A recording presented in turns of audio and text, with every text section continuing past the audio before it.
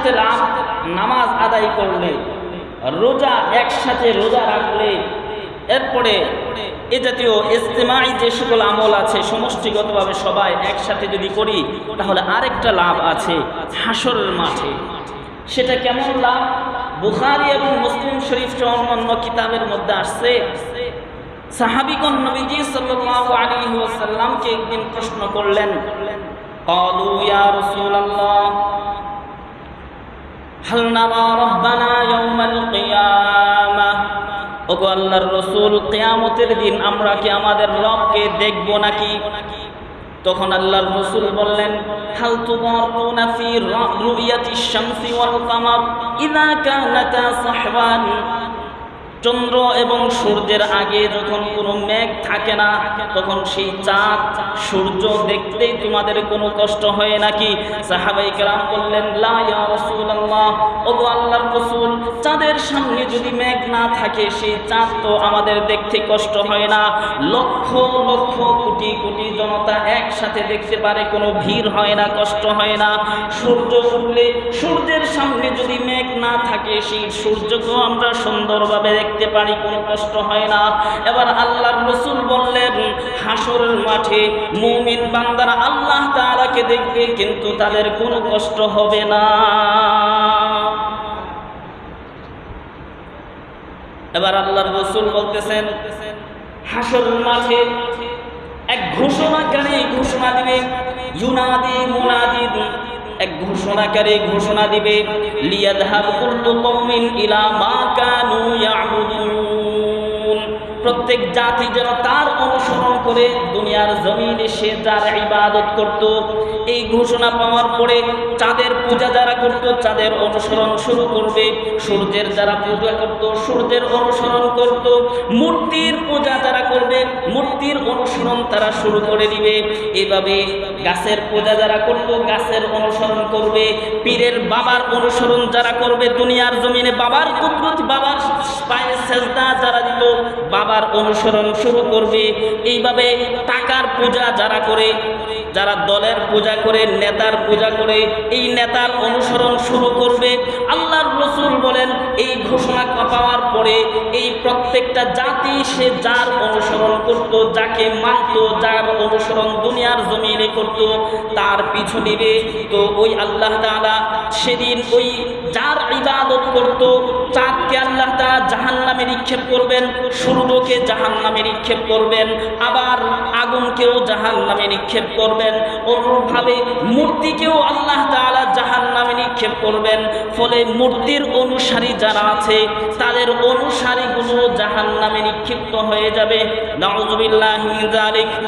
এবার আল্লাহর রাসূল বলেন, একমাত্র হাসরের মাঠে তখন বাকি থাকবে মুমিনরা, মুমিনের মধ্যে থাকবে মুনাফিক, মুমিনের মধ্যে থাকবে গুনাহগার, আর কিছু থাকবে আহলে কিতাব ইহুদি এবং নাসারা, তারাই শুধু হাসরের মাঠে বাকি থাকবে, বাকি সব জাহান্নামে পড়ে যাবে। এবার আল্লাহর রাসূল বলেন, এরপরে আল্লাহ তাআলা জাহান্নামে মরুভূমির মরীচিকার মতো জাহান্নামকে হাসরের মাঠে উপস্থিত করবেন। মরুভূমির মরীচিকা চেনেন তো? আল্লাহ তাআলা কোরআনে তার আলোচনা করছেন। সারাব, সারাব শব্দের অর্থ হলো মরুভূমির মরীচিকা। এটার অর্থ হলো মরুভূমির মধ্যে বিশাল প্রান্তর, কোথাও কোনো পানির দেখা নাই, মরু অঞ্চলে সফর করতেছে, পিপাসায় কাতর মানুষটা, মুসাফির মানুষটা একটু পানির তালাশে ব্যস্ত হয়ে যায়, কোথায় একটু পানি আছে। তো এবার দূরে তাকায়, তো সূর্যের আলোর কারণে বালুগুলো ঝলমল করতে থাকে, সেই বালুগুলো তার কাছে মনে হয় সেখানে পানি আছে। যখন সেই পানির কাছে যায় যে দেখে সেখানে কোনো কিছুই নাই, সেটা একটা ধোঁকা। কি ধোঁকা? তো এবার আল্লাহ তাআলা জাহান্নামকে সেই মরুভূমির মরীচিকা অর্থাৎ পানির মতো করে হাসরের মাঠে উঠাবেন। উঠানোর পরে এবার ইহুদিদেরকে প্রশ্ন করবেন, মা কুনতুম তা'বুদুন, ও ইহুদিরা তোমরা কার ইবাদত করবে? ইহুদিরা বলবে সেদিন, কুন্না না'বুদু উযাইরা ইবনাল্লাহ, দুনিয়ার জমিনে আমরা ইবাদত করতাম আল্লাহর ছেলে উযাইর আলাইহিস সালামের।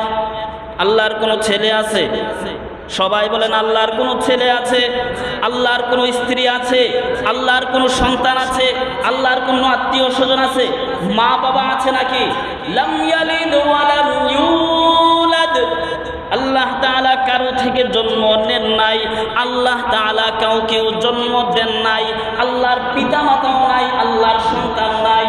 মাত্তাখাযাল্লাহু সাহিবাতান ওয়ালা ওয়ালাদা। অন্য আয়াতে আল্লাহ তাআলা বলেন আল্লাহ তাআলা স্ত্রীও গ্রহণ করেন নাই, সন্তানও গ্রহণ করেন নাই। ইহুদিরা জবাব দিবে উযাইর ইবনুল্লাহ। দুনিয়ার জমিনে আমরা আল্লাহর ছেলে উযাইরের ইবাদত করতাম। এবার জবাবে বলা হবে কাযাবতুম, তোমরা মিথ্যা বলেছো, কারণ আল্লাহ তাআলার কোনো সন্তান ছিল না, আল্লাহর কোনো সন্তান নাই। সুতরাং তোমরা কি চাও হাসরের মাঠে? ইহুদিরা বলবে কুন্না নুরিদু আন তাসকিয়ানা, আমরা চাই আপনি আমাদেরকে পান করাবেন, আমরা পিপাসার্ত হয়ে গেছি। এবার আল্লাহ তাআলা মরুভূমির মরীচিকার নেই জাহান্নামকে দেখিয়ে দিবেন, যাও সেখান থেকে পান করে নাও। তো সেখানে পানি পান করার জন্য যাবে, আর এক একটা করে জাহান্নামে নিক্ষিপ্ত হয়ে যাবে। নাউযুবিল্লাহি মিন যালিক। এবার নাসারা তাদেরকে আল্লাহ তাআলা প্রশ্ন করবেন মা কুনতুম তা'বুদুন, তোমরা কার ইবাদত করতে? নাসারা খ্রিস্টানরাও বলবে কুন্না না'বুদুল মাসীহ ইবনুল্লাহ, আমরা আল্লাহর ছেলে ঈসা নবীর ইবাদত করতাম।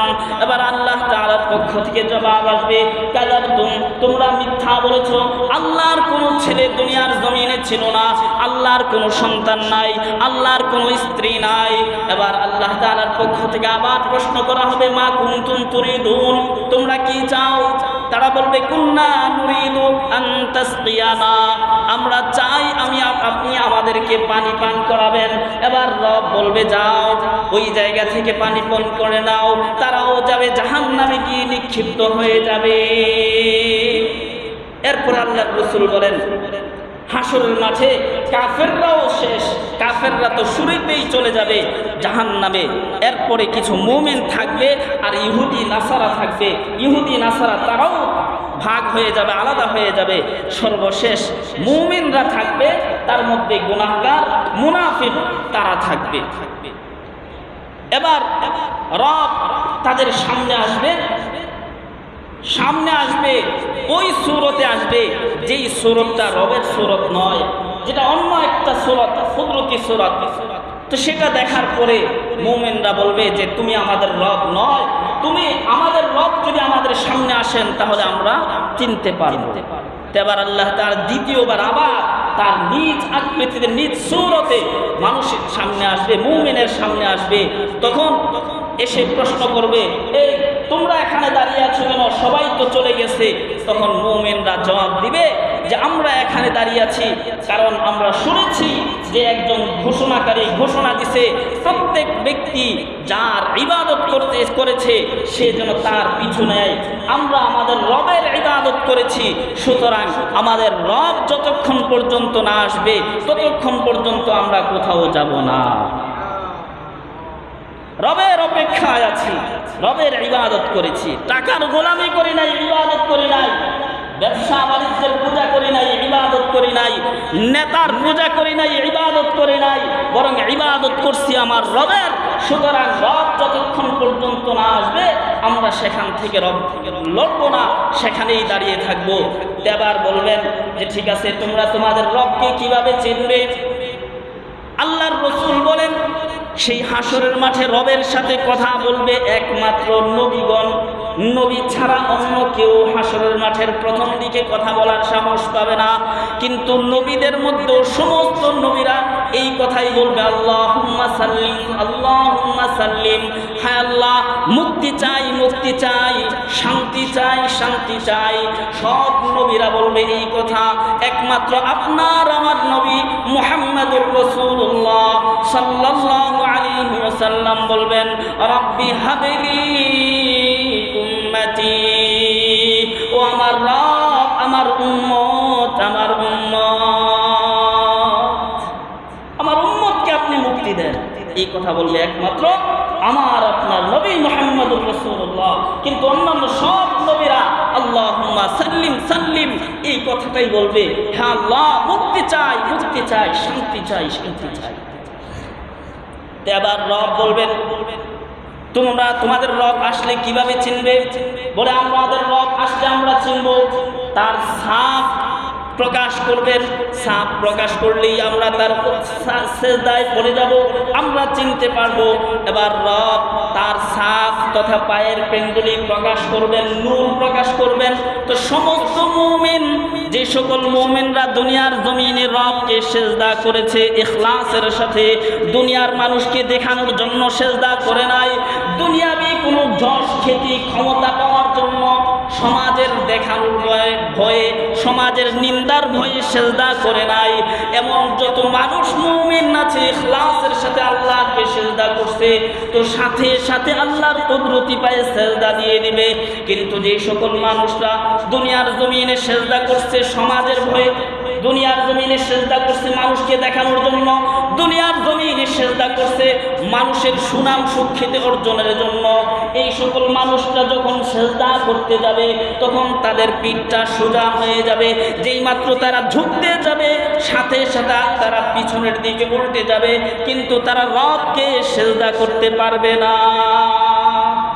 কারণ সময় থাকতে তারা রবকে ইখলাসের সাথে সেজদা করে নাই।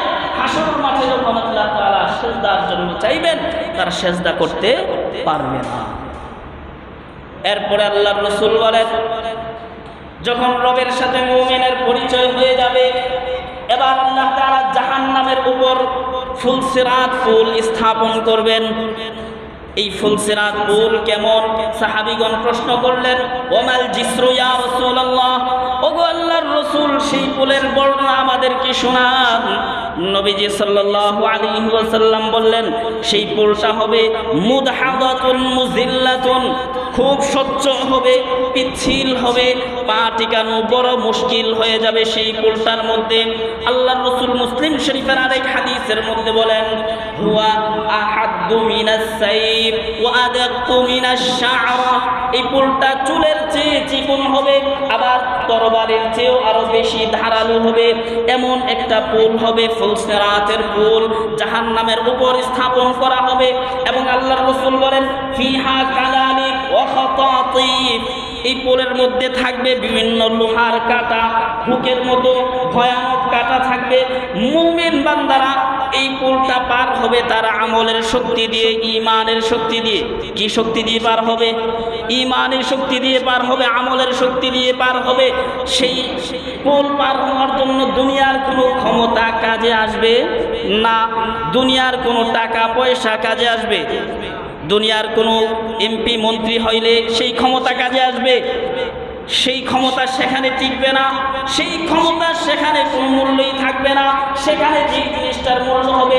আল্লাহর রাসূল বলেন, মুমিন যেই মুমিনের ঈমানি পাওয়ার যত বেশি হবে, সেই মুমিন বান্দা সেই পথ তত দ্রুত পার হবে। কোনো মুমিন বান্দা সেই পথটা পার হবে চোখের পলকের মতো, চোখের পলক মারতে যত সময় লাগে, মুমিন বান্দা সেই পথটা তত সময়ের ভিতরে পাড়ি দিয়ে চলে যাবে। আবার কিছু মুমিন থাকবে যাদের গতি হবে বিজলির মতো, বিদ্যুৎ চমকের মতো, আবার কিছু মুমিনের গতি হবে বাতাসের মতো, আবার কিছু মুমিনের গতি হবে দ্রুত গতির ঘোড়ার মতো। আল্লাহর রাসূল বিভিন্ন প্রকারের উদাহরণ দিয়ে বুঝাইছেন যে দুনিয়ার জমিনে মুমিনের ঈমানের পাওয়ার যত হবে, ফুলসিরাতের পুল পার হওয়ার গতি তত বেশি হবে। এজন্য ঈমানকে মজবুত করা, ঈমানকে আমলকে মজবুত করা, দুনিয়াকে মজবুত করার ফিকির আমাদের আছে, দুনিয়া খুব মজবুত করতেছি, কিন্তু ঈমানকে মজবুত করার ফিকির আমার আপনার ভিতরে নাই। বারবার বলতেছি কথাগুলো যে এই ঈমান আর আমলকে মজবুত করেন, শক্তিশালী করেন, জোরদার করেন, তাহলে এটা আমার আপনার উপকারে আসবে। আর দুনিয়া মজবুত করবেন, সুন্দর করবেন, সাজাইলেন, সেটা আপনার হাতছাড়া হয়ে যাবে, সেটা কিন্তু দুনিয়াতেই ফেলে চলে যেতে হবে, সেটা ভোগ করবে আপনার সন্তানরা, আপনার ওয়ারিস যারা আছে তারা ভোগ করবে, কিন্তু আপনি কিন্তু খালি হাতে চলে যেতে হবে। এজন্য সময় থাকতে ঈমান আর আমলকে মজবুত করেন।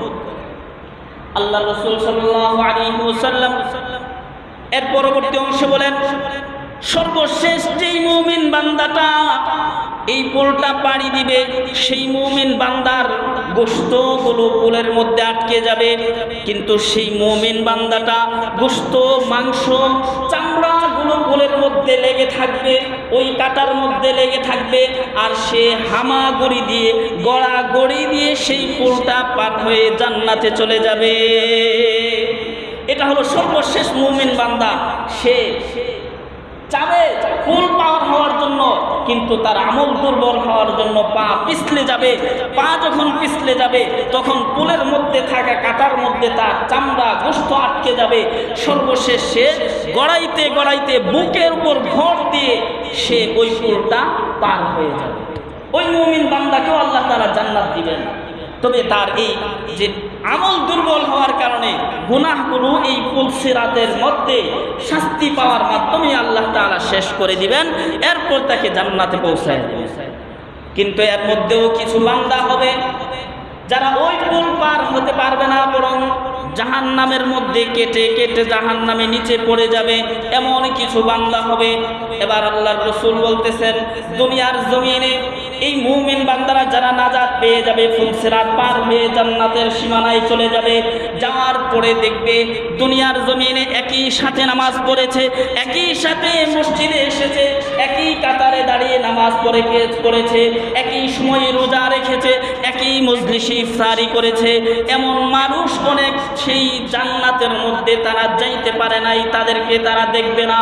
এবার রবের কাছে তারা আবেদন করবে, ও আমাদের রব, দুনিয়ার জমিনে আমার ভাই আমার সাথেই নামাজ পড়েছে, আমার বন্ধু আমার সাথেই নামাজ পড়েছে, আমার আত্মীয় আমার সাথেই নামাজ পড়েছে, আমার সাথে ইবাদত করেছে, আমার সাথেই বন্দেগী করেছে, কিন্তু আজকে তো আমরা তাদেরকে দেখতেছি না।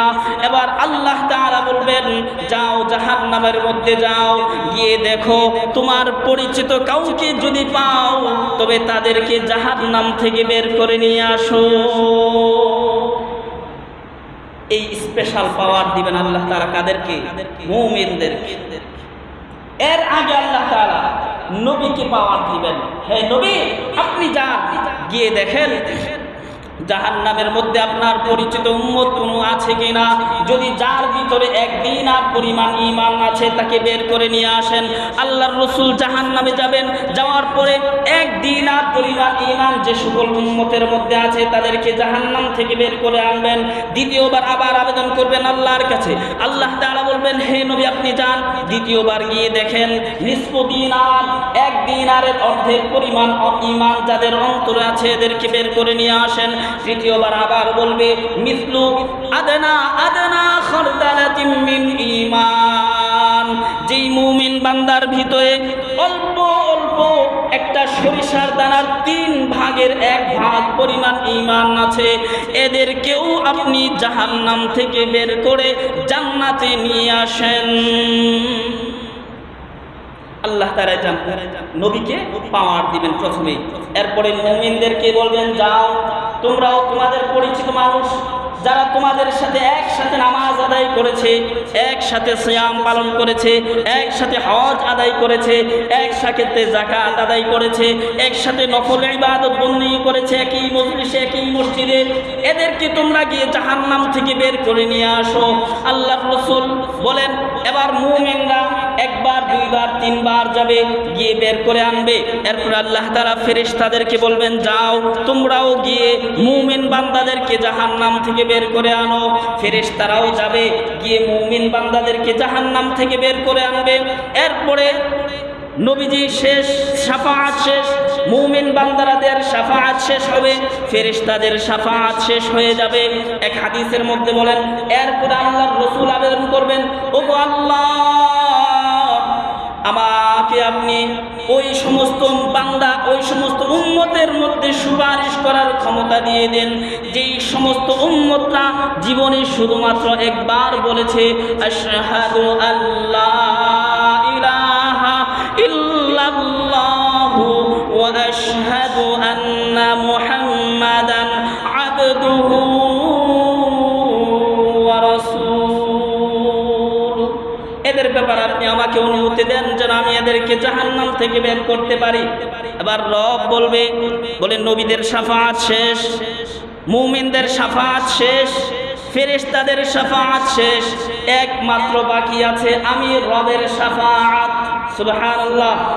এবার রব কুদরতি হাতে জাহান্নাম থেকে কিছু আংড়া বের করে আনবেন, যে আংড়াগুলো জ্বলতে জ্বলতে আংড়া হয়ে গেছে, কয়লা হয়ে গেছে।